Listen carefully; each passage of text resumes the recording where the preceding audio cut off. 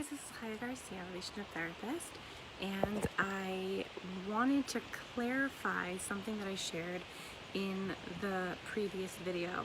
So one of the things that I said is that it's so important to have a small group of people who you value, care about, who you are, and what they think of you per se, but people that you choose, that you admire, people that you choose, that you think are really healthy and have a really good, clear eye for recognizing healthy behavior and know who you are truly and deeply without any judgment.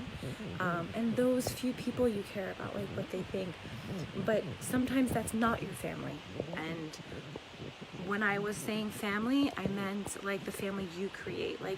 If you're in a healthy relationship, then your spouse, what your spouse thinks about you and how he feels or how she feels about you, and your kids, if they're, kids are like kids, but so healthy, loving relationships that you value, you can care about. But the relationships that you don't value or are not healthy or are not productive, or who you don't feel inspired by in the sense that you trust their judgment, those people you don't need to think about or worry about how they perceive you. And sometimes, as I said, it is your biological family.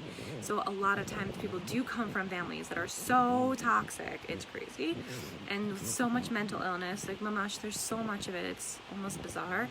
And so for a lot of people, you're not supposed to care about what your mother thinks about you, or your father, or your sister, or your brother, if they're not mentally healthy or calm and stable people.